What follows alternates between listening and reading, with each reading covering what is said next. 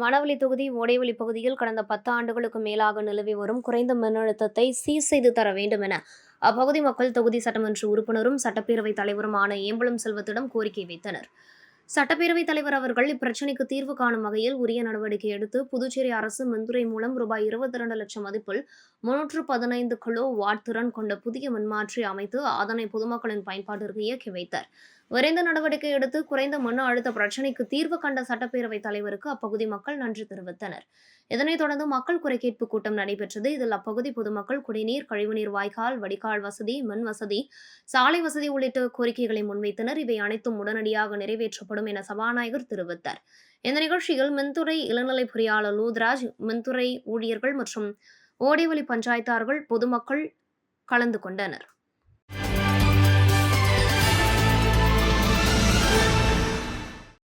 புதுவை அரசு கலைமாமணி விருதாளர் சங்கம் நடத்தும் இயல் ஓவிய கலை விழா முருகம்பாக்கத்தில் நடைபெற்றது. இதில் சிறப்பு அழைப்பாளராக பொதுப்பணித்துறை அமைச்சர் லட்சுமி நாராயணன், அரியாங்குப்பம் தொகுதி சட்டமன்ற உறுப்பினர் பாஸ்கரன் என்கிற தட்சிணாமூர்த்தி கலந்து கொண்டு பல்வேறு துறைகளில் சிறந்து விளங்கியவர்களுக்கு கலைரத்னா, கலைமாமணி விருதுகளை வழங்கினர். நிகழ்ச்சியில் சமூக சேவை புரிந்த சுசிலா நாராயணசாமி, கௌசல்யா பிரேம்ராஜ், முனைவர் சரோஜா பாபு மற்றும் பல்வேறு துறைகளை சார்ந்த கலைமாமணி மற்றும் கலைஞர்களுக்கு விருதுகளை வழங்கினர். நிகழ்ச்சிக்கான ஏற்பாட்டினை கலைமாமணி டாக்டர் தமிழ்வாணன் செய்திருந்தார். நிகழ்ச்சியில் புதுச்சேரி அரசு கலைமாமணி விருதாளர் சங்கத்தினர் கலந்து கொண்டனர்.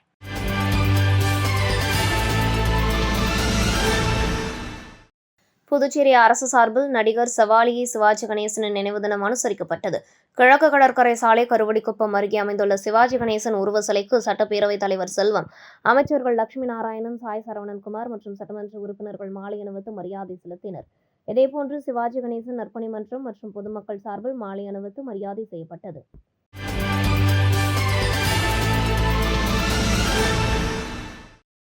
முத்தமிழ் கலை சங்கமம் பெருந்தலைவர் காமராசர் பிறந்தநாள் விழாவோடு திறமைக்கு திருவிழா தமிழ் சங்கத்தில் நடைபெற்றது. விழாவில் தமிழ் சங்க தலைவர் முத்து முன்னிலையில் 10ஆம் வகுப்பு சாதனை மாணவி சண்முகப்பிரியா திருவள்ளுவர் சிலைக்கு மாலை அணிவித்தார். இதில் சிறப்பு விருந்தினராக பாராளுமன்ற உறுப்பினர் வைத்திலிங்கம் கலந்து கொண்டு நன்றி தெரிவிக்கும் கூட்டம் முடிந்து அனைவரையும் வாழ்த்தி மகிழ்ந்தார்.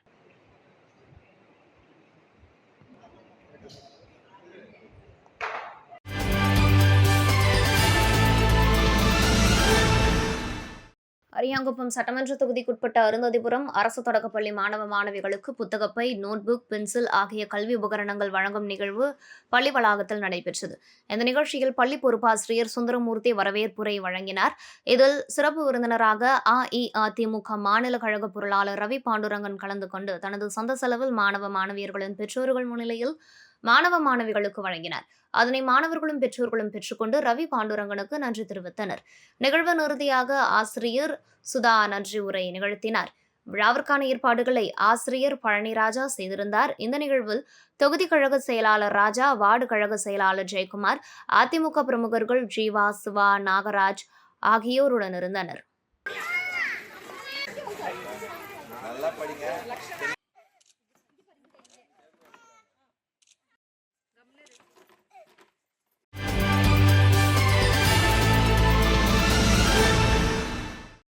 வருவாய்த்துறை மூலம் கிராமங்களை நோக்கி மக்கள் குறைகேட்பு முகாம் மடுக்கரை வெங்கடசுப்பா ரெட்டியார் அரசு பெண்கள் மேல்நிலைப் பள்ளியில் நடைபெற்றது.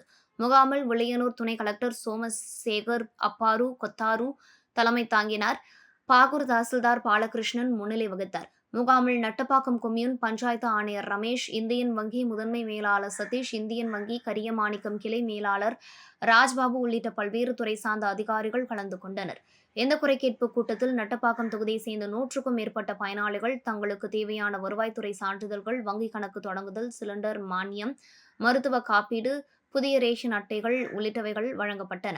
இந்தியன் வங்கி கரியமாணிக்கம் கிளை, IOP புதுவை பாரதியார் கிராம வங்கி சார்பில் முத்ரா லோன், சிறு குறு விவசாய லோன், வருவாய் சான்றிதழ்களை துணை சபாநாயகர் ராஜவேலு பயனாளிகளுக்கு வழங்கினார்.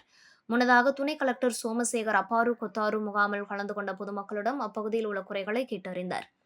பின் பொதுமக்கள் இப்பகுதியில் உள்ள அரசு பள்ளிக்கு சாதி பெயர்களை நீக்க வேண்டும் என துணை கலெக்டரிடம் மனு அளித்தனர். மனுவை பெற்றுக்கொண்ட கலெக்டர் உடனடியாக நடவடிக்கை எடுப்பதாக உறுதியளித்தார்.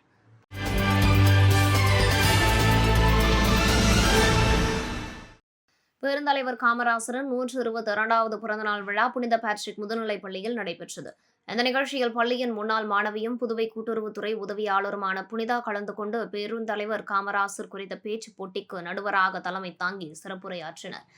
இவ்விழாவில் பள்ளியின் முன்னாள் மாணவரும் இந்திய தபால் துறை உதவியாளருமான வசந்தகுமார் கலந்து கொண்டு காமராசர் குறித்த கவியரங்கத்திற்கு நடுவராக தலைமை தாங்கி கவியரங்கத்தில் பங்கு பெற்ற மாணவ மாணவிகளுக்கும் 2022 2024 கல்வியாண்டுகளில் 10 மற்றும் 12ஆம் வகுப்பு பொதுத் தேர்வுகளில் பள்ளி அளவில் முதல் 3 இடங்களை பிடித்த 19 மாணவ மாணவிகளுக்கும் மேலும் பள்ளியில் நடைபெற்ற பல்வேறு போட்டிகளில் கலந்து கொண்டு வெற்றி பெற்ற 50க்கும் மேற்பட்ட மாணவர்களுக்கு பரிசுகள் வழங்கினர்.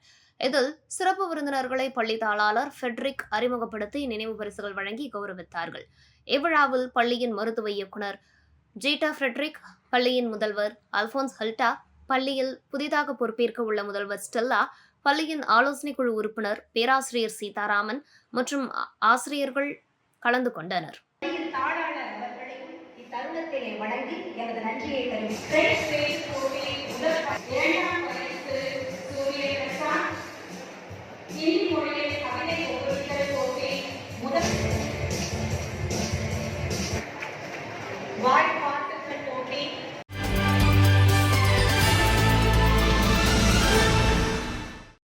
தவளக்குப்பம் அடுத்த பெரிய காட்டுப்பாளையம் மாருதி பேட்மிண்டன் விளையாட்டு அரங்கில் கிளப் உறுப்பினர்களுக்கான விளையாட்டுப் போட்டியின் துவக்க விழா நடைபெற்றது.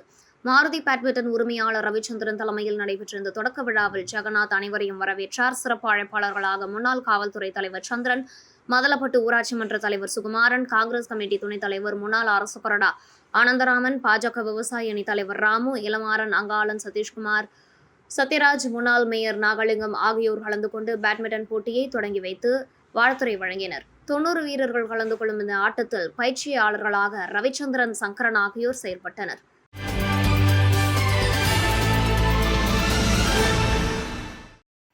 பிரிட்ஜஸ் லேர்னிங் வித்யாலயா பள்ளியில் திடக்கழிவு மேலாண்மை நிகழ்ச்சி நடைபெற்றது. இந்த நிகழ்ச்சியில் ஓய்வு பெற்ற விலங்கியல் பேராசிரியர் மருத அருணாச்சலம் மற்றும் ஓய்வு பெற்ற கணித பேராசிரியர் துளசி கலந்து கொண்டனர். திடக்கழிவு மேலாண்மை பற்றி பள்ளி தாளாளர் புவனா வாசுதேவன் கூறுகையில், குறைக்க மறுபயன்பாடு மறுசுழற்சி அடிப்படையில் இக்கண்காட்சி உருவாக்கப்பட்டுள்ளது.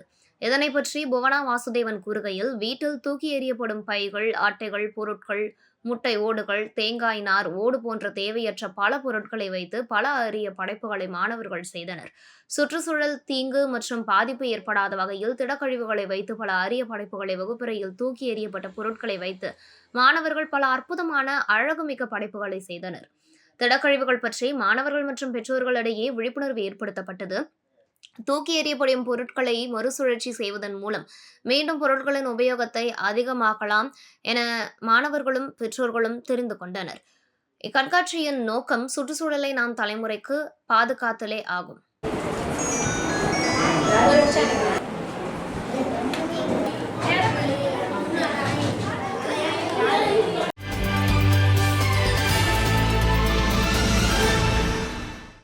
கல்வி பங்களா, கோவிந்த சாலை, அருள்மிகு ஸ்ரீ துலுக்கானத்தம்மன் உடனுரை ஸ்ரீ கம்பீஸ்வரர் ஆலயத்தில் ஒவ்வொரு ஆண்டும் ஆடி பௌர்ணமியை முன்னிட்டு சிறப்பு பூஜைகள் நடைபெறுவது வழக்கம். அந்த வகையில் ஆடி பௌர்ணமியை முன்னிட்டு சிறப்பு பூஜைகள் நடைபெற்றது. தொடர்ந்து அம்மன் சிறப்பு அலங்காரத்திலும் சிவபெருமான் சந்தன காப்பு அலங்காரத்திலும் பக்தர்களுக்கு அருள் பாலித்தனர். தொடர்ந்து சுவாமிக்கு மகா தீபாராதனை காட்டப்பட்டது. இதில் பக்தர்கள் கலந்து கொண்டு சுவாமியை வழிபட்டனர். பின்னர் இந்த பூஜையில் கலந்து கொண்ட அனைவருக்கும் பிரசாதம் மற்றும் புடவை வழங்கப்பட்டது. இந்த விழாவிற்கான ஏற்பாடுகளை ராஜேஷ் உள்ளிட்ட நிர்வாகிகள் செய்திருந்தனர்.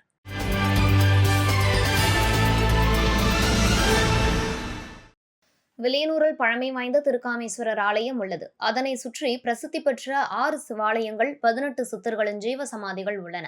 பௌர்ணமி நாளில் திருக்காமேஸ்வரர் கோவிலில் ஆன்மீக நடைப்பயணம் செல்கின்றனர். அதன்படி நேற்று 30வது மாத ஆன்மீக நடைப்பயணத்தையொட்டி சுவாமிக்கு அபிஷேகம். தொடர்ந்து கோவில் வளாகத்தில் துவங்கிய ஆன்மீக நடைப்பயணத்தில் புதுச்சேரி மற்றும் அதனை ஒட்டியுள்ள தமிழக பகுதியைச் சேர்ந்த சிவனடியார்கள் மற்றும் சிவாச்சாரியார்கள் பங்கேற்றனர். வில்லியனூரில் பழமை வாய்ந்த திருக்காமேஸ்வரர் ஆலயம் உள்ளது. அதனை சுற்றி பிரசித்தி பெற்ற 6 சிவாலயங்கள், 18 சித்தர்களின் ஜீவ சமாதிகள் உள்ளன. பௌர்ணமி நாளில் திருக்காமேஸ்வரர் கோவிலில் ஆன்மீக நடைப்பயணம் செல்கின்றனர். அதன்படி நேற்று 30வது மாத ஆன்மீக நடைப்பயணத்தையொட்டி சுவாமிக்கு அபிஷேகம். தொடர்ந்து கோவில் வளாகத்தில் துவங்கிய ஆன்மீக நடைப்பயணத்தில் புதுச்சேரி மற்றும் அதனை ஒட்டியுள்ள தமிழக பகுதியைச் சேர்ந்த சிவனடியார்கள் மற்றும் சிவாச்சாரியார்கள் பங்கேற்றனர். கோவில் வளாகத்திலிருந்து துவங்கிய நடைப்பயணத்தை அதிமுக முன்னாள் சட்டமன்ற உறுப்பினர் வையாபுரி மணிகண்டன் மற்றும் மணி கராத்தே காதர் மொய்தீன் உள்ளிட்ட நிர்வாகிகள் துவக்கி வைத்தனர்.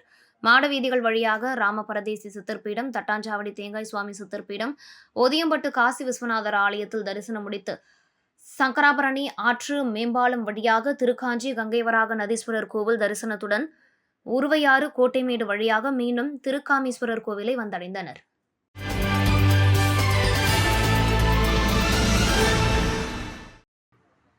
காரைக்காலில் அமைந்துள்ள தந்தை பெரியார் அரசு மேல்நிலைப் பள்ளியில் 8ஆம் வகுப்பு படிக்கும் கார்த்திகேயன் மற்றும் சிவராஜா கோபாலன் என இருவரும் ஒரே வகுப்பில் படித்து வருகின்றனர். இந்த நிலையில் கார்த்திகேயன் பள்ளியில் தனது நண்பன் சிவராஜ கோபாலன் தன்னிடம் பேசவில்லை என கூறி தனது கையை அறுத்துக் கொண்டார். இதில் அவருக்கு லேசான காயம் ஏற்பட்டது. உடனடியாக கார்த்திகேயன் பெற்றோரிடம் பள்ளி நிர்வாகம் புகார் தெரிவித்தனர். இதனையடுத்து பள்ளி விடும்போது கார்த்திகேயன் வீட்டிற்கு செல்ல பயந்து கொண்டு கார்த்திகேயன் மற்றும் சிவராஜ கோபாலன் இருவரும் வீட்டிற்கு செல்லாமல் வெளியே சென்றுள்ளனர். இந்த நிலையில் வீட்டிற்கு இருவரும் வராததால் அவர்களது பெற்றோர்கள் கலக்கமடைந்து உடனடியாக காரைக்கால் நகர காவல் நிலையத்தில் புகார் அளித்தனர். புகாரின் அடிப்படையில் மாணவர்களை தேடி வந்த நிலையில் அவர்கள் நாகூரில் இருந்தது தெரிய வந்தது. அவர்களை மீட்டு பத்திரமாக நகர காவல் நிலைய போலீசார் பெற்றோரிடம் ஒப்படைத்தனர்.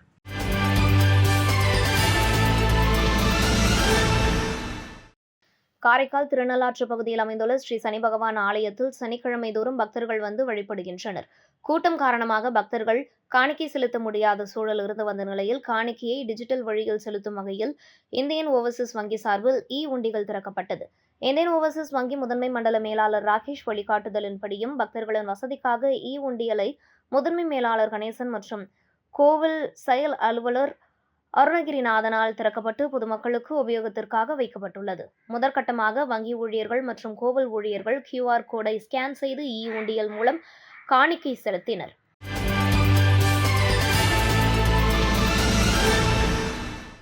நடிகர் திலகம் சிவாஜி கணேசனின் 23வது நினைவு நாளை முன்னிட்டு புதுச்சேரி சிவாஜி பிரபு தலைமை மன்றத்தின் சார்பாக தலைமை அலுவலகத்தில் மாநில சிவாஜி மன்றத்தின் தலைவர் மாயன் தலைமையிலும் பிரபு ரசிகர் மன்றத்தில் தலைவர் மோகன் முன்னிலையிலும் நடிகர் திலகத்தின் படங்கள் அலங்கரிக்கப்பட்டு அன்னதானங்கள் வழங்கப்பட்டது.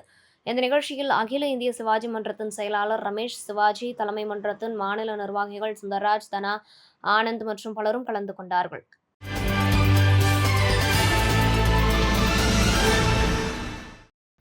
தமிழகம் மற்றும் புதுச்சேரியில் உயர்த்தப்பட்ட மின் கட்டணத்தை திரும்பப் பெற வேண்டும், ஆம்ஸ்ட்ராங் படுகொலைக்கு நீதி கிடைக்க வேண்டும் என்ற கோரிக்கைகளை வலியுறுத்தி நாம் தமிழர் கட்சியினர் கண்டன ஆர்ப்பாட்டத்தில் ஈடுபட்டனர்.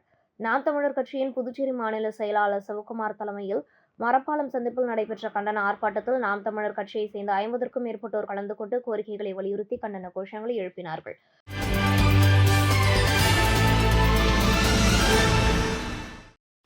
பூசுடு சட்டமன்ற தொகுதிக்குட்பட்ட கோபாலன் கடையில் ஸ்ரீ காளிகா பரமேஸ்வரி அம்மன் ஆலயத்தில் ஆடி பௌர்ணமியை முன்னிட்டு அம்மனுக்கு சிறப்பு அபிஷேகம் நடைபெற்றது. அதனைத் தொடர்ந்து அம்மனுக்கு மகா தீபாராதனை காண்பிக்கப்பட்டது. அதனைத் தொடர்ந்து ஊஞ்சல் உற்சவம் நிகழ்ச்சி நடைபெற்றது. இதில் பக்தர்கள் கலந்து கொண்டு ஊஞ்சல் உற்சவத்தினை கண்டுகளித்தனர். அதனைத் தொடர்ந்து பக்த கோடிகளுக்கு அருள் பிரசாதம் மற்றும் அன்னதானம் வழங்கப்பட்டது. இவ்விழாவிற்கான ஏற்பாடுகளை ஆலய அர்ச்சகர் ரமேஷ், பௌர்ணமிதாரர்கள், ஆலயத்தின் நிர்வாகிகள் மற்றும் ஊர் பொதுமக்கள் சிறப்பித்தனர்.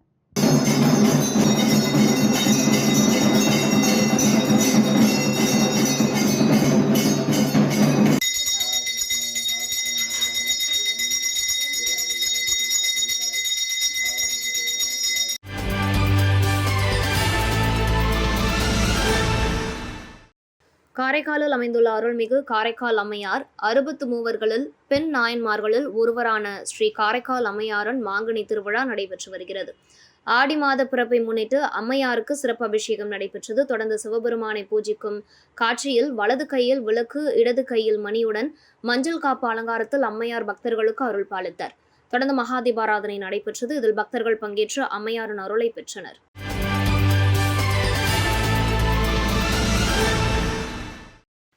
அரியாங்குப்பம் கொம்யூன் மணவலி அருள்மிகு தேவி ஸ்ரீ முத்துமாரியம்மன் திருக்கோவில் ஆடி பெருவிழா தொடங்க உள்ளது.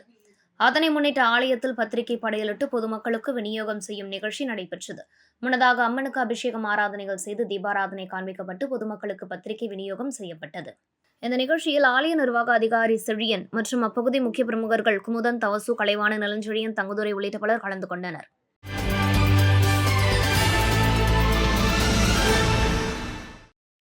மேட்டுப்பாளையம் அருள்மிகு ஸ்ரீ களம் காத்த கருமாரியம்மன் ஆலயத்தில் ஆடி மாத பௌர்ணமியை முன்னிட்டு ஊஞ்சல் உற்சவ விழா நடைபெற்றது. முன்னதாக அம்மனுக்கு சிறப்பு அபிஷேகம் மற்றும் தீபாராதனையும், சந்தன காப்பு அலங்காரத்தில் பூஜையும், பம்பை வாத்தியம் முழங்க தீச்சட்டி எடுத்தல் நிகழ்ச்சி நடைபெற்றது. இதில் பக்தர்கள் கலந்து கொண்டு தீச்சட்டி எடுத்து தங்களது நேர்த்திக் கடனை செலுத்தினர். அதனைத் தொடர்ந்து மகாதீபம் ஏற்றுதல் நிகழ்ச்சி, உற்சவர் சிறப்பு அலங்காரத்தில் உட்பிரகாரம் வலம் வருதல் நிகழ்ச்சியின் இறுதியில் விழாவில் கலந்து கொண்ட பக்தர்கள் அனைவருக்கும் அன்னதானம் வழங்கப்பட்டது. நிகழ்ச்சிக்கான ஏற்பாட்டினை ஆலய நிர்வாகத்தினர் மற்றும் ஊர் பொதுமக்கள் செய்திருந்தனர்.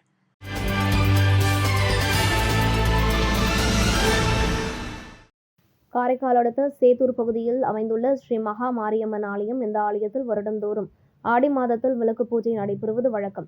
இந்த ஆண்டு ஆடி மாதம் 1வது வெள்ளிக்கிழமையை தொடர்ந்து ஸ்ரீ மகா மாரியம்மனுக்கு அபிஷேகம், ஆராதனையுடன் அலங்காரம் செய்யப்பட்டு தீபாராதனை நடைபெற்றது. ஆடி மாதம் 1வது வெள்ளியை முன்னிட்டு ஆலயத்தில் நடைபெற்ற திருவிளக்கு பூஜையில் 300க்கும் மேற்பட்ட பெண்கள் கலந்து கொண்டு குத்துவிளக்கை அம்மனாக பாவித்து விளக்கு பூஜை செய்து வழிபட்டனர். மேலும் இந்த விளக்கு பூஜையை கிராம மக்கள் மற்றும் பஞ்சாயத்தார்கள் ஏற்பாடு செய்திருந்தனர்.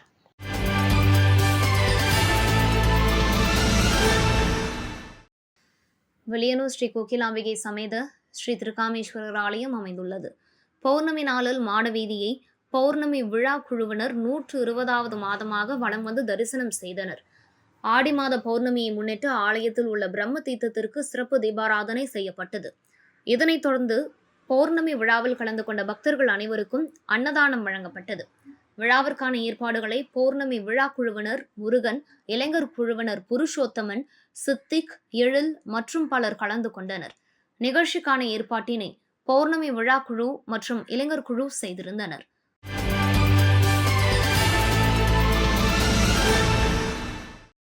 காரைக்கால் நகரப்பகுதியில் அமைந்துள்ள புனிதவனத்து சின்னப்பர் ஆலய ஆண்டு திருவிழா ஒவ்வொரு ஆண்டும் நடைபெறுவது வழக்கம். அதேபோல் இந்த ஆண்டு ஜூலை 10ஆம் தேதி கொடியேற்றத்துடன் துவங்கியது. ஆலய ஆண்டு திருவிழாவின் முக்கிய நிகழ்ச்சியான முன் அலங்கார தேர்பவனி நடைபெற்றது. தேர்பவனியை முன்னிட்டு ஆலயத்தில் பங்குத்தந்தை பால்ராஜ் குமார் சிறப்பு திருப்பலியினை நடத்தி வைத்து தேருக்கு புனித நீர் தெளித்து தேர்பவனியை துவக்கி வைத்தார். தொடர்ந்து புனிதவனத்து சின்னப்பர் மின் விளக்குகளால் அலங்கரிக்கப்பட்ட தேரில் பவனி வரும் நிகழ்ச்சி நடைபெற்றது. தேர்பவனி நகரின் முக்கிய வீதிகள் வழியாக சென்று மீண்டும் ஆலயம் வந்தடைந்தது. விழாவில் கிறிஸ்தவர்கள் கலந்து கொண்டு புனித சின்னப்பரை வழிபட்டனர்.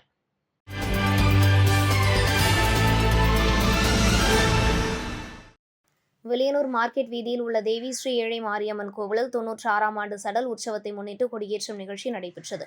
இதனைத் தொடர்ந்து 6ஆம் நாள் திருவிழாவில் சுவாமிக்கு சிறப்பு அபிஷேகங்கள் நடைபெற்றன. இதில் சுவாமிக்கு பால், தயிர், இளநீர், பஞ்சாமிர்தம், சந்தனம், பன்னீர், பழங்கள் உள்ளிட்ட பல்வேறு திரவியங்களால் அம்மனுக்கு அபிஷேகம், ஆராதனைகள் மற்றும் மகா தீபாராதனை காண்பிக்கப்பட்டது. இதனைத் தொடர்ந்து ஏழை மாரியம்மன், விநாயகப் பெருமான், முருகப்பெருமான் முன் அலங்காரத்துடன் வீதி உலா நடைபெற்றது. நிகழ்ச்சிக்கான ஏற்பாட்டினை உபயதாரர்கள் கிருஷ்ணராஜ், தனுசு மற்றும் ஏழை மாரியம்மன் ஆலய விழா குழுவினர் செய்திருந்தனர்.